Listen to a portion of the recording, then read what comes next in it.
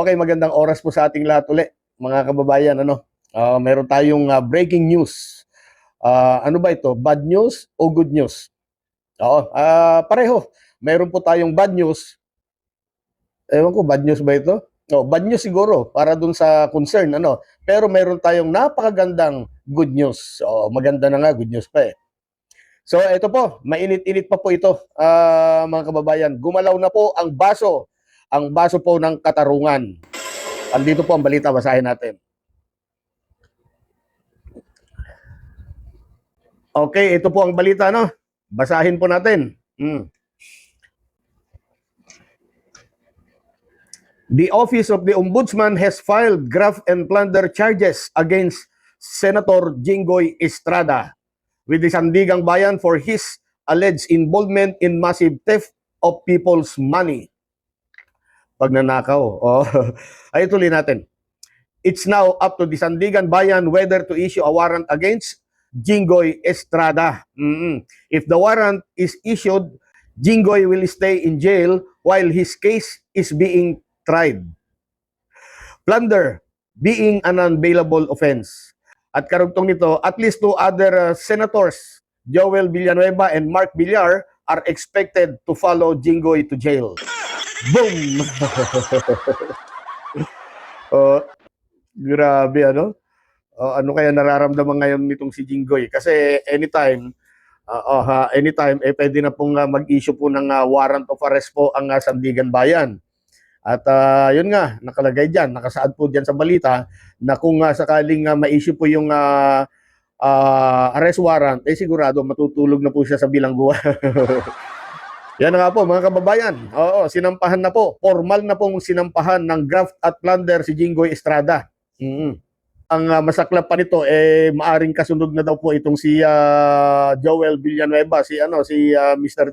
ano tawag nila doon? Si Dila, Boy Dila. Hindi ko makalimutan tuloy yan, yung salitang Boy Dila eh.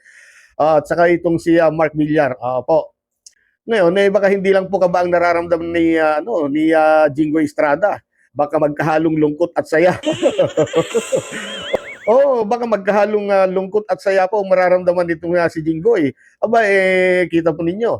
Muli na naman pong magtatagpong landas nilang dalawa ni ni Cosa. Si Bong Revilla po. Pero alam nyo, siguradong sasabihin na naman ito, o kaya itong mga DDS, alam naman po natin kung paano mga tira ng mga yan, sasabihin na naman ng mga yan, pamumulitika, o panggigipit lamang ang lahat ng yan. Yun lang ang alam nilang ang tawag doon, yun lang ang alam nilang depensa o kaya argumento pamumulitika. Kung yan pamumulitika sana kung walang walang ebidensya, di ba? Paano yan? Tambak ang ebidensya. Ito na ang resulta siguro ng utos po ni PBBM. Kailangan malikom at masiyasat muna. Ma-review muna ang mga ebidensya para kung makita na ito yung mga ebidensyang matitindi at mabibigat. Matitindi na nga, mabibigat pa yan. Yun, isasampa na po ang kaso. Ganun lamang po. Ayaw kasi ng Pangulo na magkaroon po ng mga hausyaw na mga ebidensya na yan. Kaya naniniwala tayo na solido po ang mga ebidensya na nalikom po doon sa Ombudsman. Laban po nga dito kay Jinggoy Estrada. Wala kasing kadala-dala tong si Jinggoy Di ba yun din yung kaso niya noon, di ba? Medyo sinuwerte nga lang silang dalawa ni Bong. At sila po ay naabsuelto. Sumigaw na nga itong si PBBM, mahiya naman kayo. Hindi akalain ng mga ito na ito na pala yung warning, o hudyat, o anuman tawag mo dyan, babala, na tumigil na kayo sa pangungurakot. At maaring ito na rin ang dahilan kung bakit nga po isinusulong po ni Cayetano at ni Marcoleta ang kanilang mga kasamahan sa majority, ito pong tinatawag na electronic voting. Diyan po sa Senado. Dahil ito nga ramdam na nila, siguro noon pa, nararamdaman na nila yung bagsik ni Ombudsman. Idagdag mo pa, yung bangis ni PBBM, yari kayo dyan. At yun nga, pagkatapos dito kay Jinggoy, susunod naman itong si Villanueva at saka si Villar. Nako po, Baka magkatotoo yung duda po ni Aimee, ano? O yung duda ni Aimee, yung iniiyak-iyak ni Aimee na inuubos na kami dito sa majority.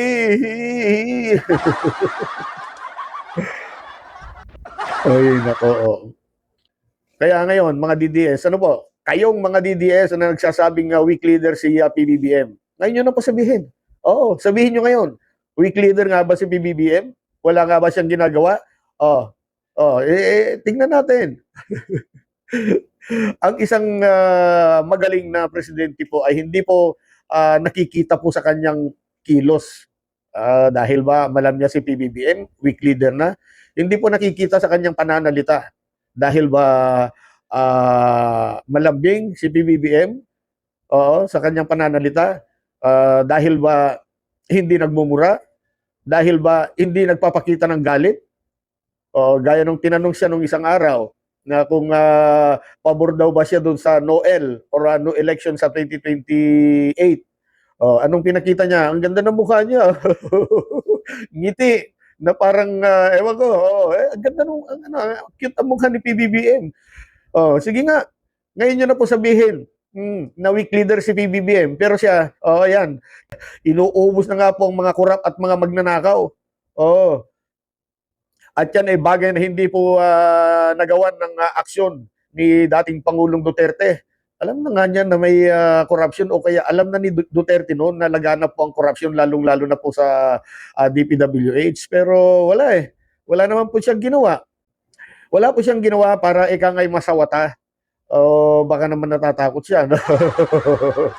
Baka pagka ginawa niya yung ginawa ni PBBM bumalik lahat sa kanya. Sasabihin, ikaw ang mastermind eh. Di ba? Kaya hindi niya ginawa siguro. Maari nga, ganun ang dating noon. Dahil kung binanatan niya itong mga ito noon, baka idamay siya. Kaya wag na lang.